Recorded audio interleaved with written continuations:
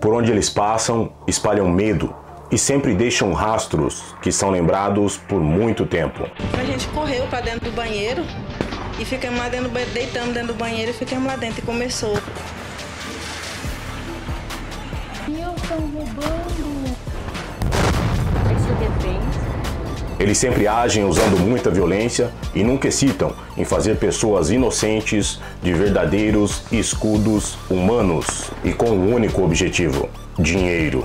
Só que nesse caso estamos falando de muito dinheiro. A ganância das quadrilhas especializadas em assaltos a banco é tão grande que eles estão dispostos aí a ir até as últimas consequências para atingir o seu objetivo. E é por essa razão que atualmente eles são chamados de um novo cangaço. O período do cangaço no Brasil está representado principalmente por Lampião, que começou aí lá no século XIX. Os cangaceiros, eles eram aí grupos armados que rodavam o Nordeste do Brasil, cometendo vários roubos e tocando terror. O seu chefe era Virgulino Ferreira da Silva, que ficou aí conhecido como Lampião, já que todos diziam que quando havia troca de tiros, a arma de Lampião não parava de acender enquanto ele atirava rapidamente. Lampião e seus homens faziam tudo em troca de dinheiro, saqueavam cidades inteiras, roubavam banco e, em casos mais específicos, chegavam até fazer sequestros e pedir o resgate. E os assaltos a banco atualmente, eles parecem seguir a mesma lógica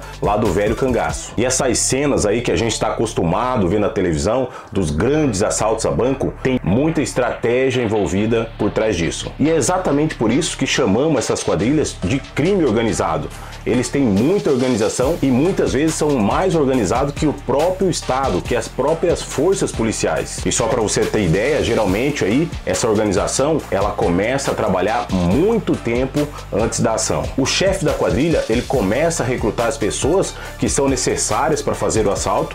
Geralmente aí são grupos de 20 a 50 integrantes. Tendo os integrantes da quadrilha organizados, ele começa a mobilizar todo o equipamento que será necessário. A gente vê aí nos vídeos que geralmente eles utilizam armas de grosso calibre, chegando algumas vezes até utilizar aquela metralhadora .50. E os bandidos eles podem comprar essas armas ou até mesmo alugar de facções criminosas. E é claro que vale lembrar aqui que esse tipo de atentado ele demanda muito dinheiro para organizar toda a estrutura necessária. Por isso que eles estão sempre buscando fazer novos alvos. E por falar em alvos, os bandidos eles seguem uma linha de escolher as cidades mais afastadas dos grandes centros. A ideia por trás dessa escolha é encontrar aí menos resistência da polícia, que claro, né, nas cidades mais pequenas tem o seu quadro operacional bem reduzido. E atualmente já existe força de segurança especializado para combater essa modalidade de crime.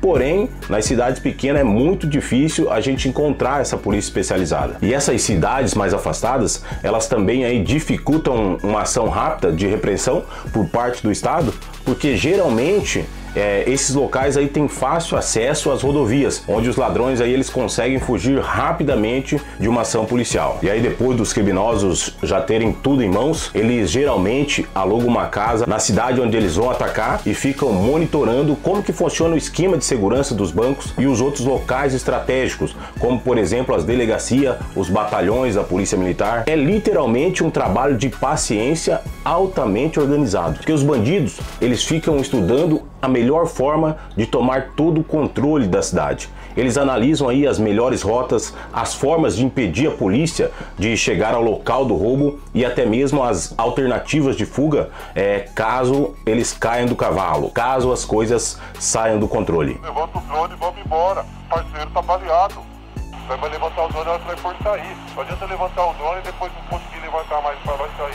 E aí quando chega o dia combinado para o ataque, já estão preparados para tudo que pode acontecer. Geralmente eles escolhem fazer esse tipo de ação na madrugada, já que o fluxo de pessoas é menor e a quantidade aí de agentes de segurança tende a ser bem reduzido. E a ação deles geralmente também é muito rápida, é vapt-vupt. Cada quadrilha ela tem a sua forma de atuação, mas na maioria dos casos eles chegam aí com os carros, com aquelas caminhonetes grandona, né, na frente da agência bancária e já começam a instalar os explosivos nos caixas eletrônicos para poder roubar o dinheiro. E vale a pena frisar novamente o quanto que essas quadrilhas elas são organizadas para fazer esse tipo de ataque. Enquanto um deles está lá explodindo a agência bancária, os outros estão bloqueando de alguma forma a saída dos policiais das delegacias. E nisso o restante do grupo está aí procurando reféns que servirão aí de escudo caso a chegada da polícia. É exatamente nesse momento que começa aquelas cenas cinematográficas que a gente já viu muitas vezes na televisão.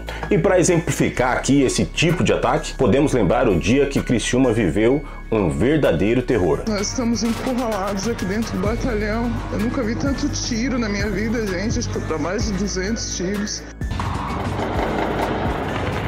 Ó, tô assaltando um banco. Acabou de pegar fogo no caminhão aqui em cima, chefe. Tô colocando você aqui dentro do carro.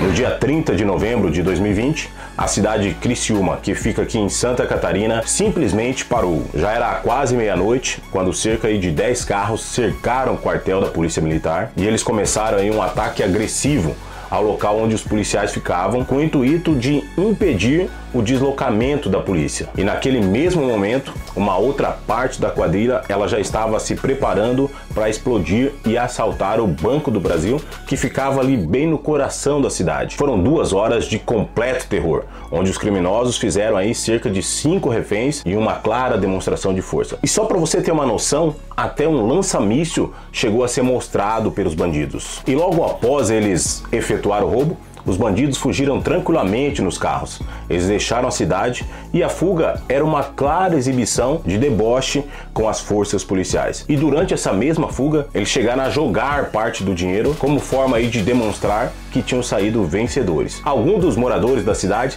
acabaram aí pegando esse dinheiro que ficou aí no chão, porém logo essas pessoas foram detidas e com um deles ali a polícia encontrou 800 mil reais. A polícia também relata que os criminosos, eles usaram aí um alto poder de fogo, inclusive com explosivos, que eram muito mais potentes do que os dinamites comuns. E o esquadrão antibombas também teve que ser acionado para ajudar aí no manuseio dos explosivos que eles deixaram para trás. E aqui vale ressaltar que esses explosivos utilizados pelos criminosos, eles possuíam aí um sistema que permitia ser acionado por uma ligação. E aí você consegue imaginar o nível de material que esses criminosos utilizaram. Pouco tempo depois, os carros utilizados nesse ataque, eles foram encontrados em um milharal cerca de 20 quilômetros de Criciúma. Infelizmente, durante toda a ação, o cabo da Polícia Militar, Jefferson Luiz Esmeraldino, ele acabou sendo atingido por um disparo e tem sequelas graves até hoje. O resultado desse ataque foi um dos maiores roubos da história.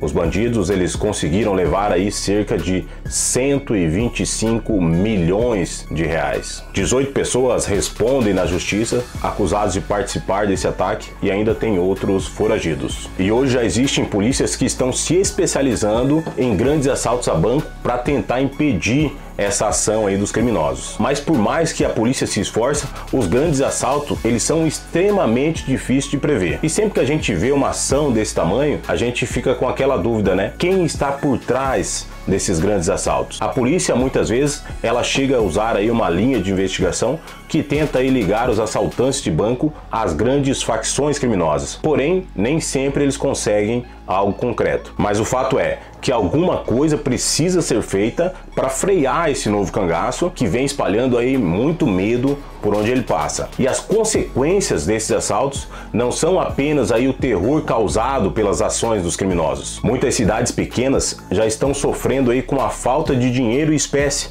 já que os bancos eles estão retirando aí as suas agências desses locais aí que sofrem constantemente com os ataques dos criminosos. Então isso é um problema de segurança pública, já que ele tem afetado diretamente a vida dos cidadãos, que muitas vezes precisam se deslocar para uma outra cidade para utilizar aí os serviços bancários. Mas e aí?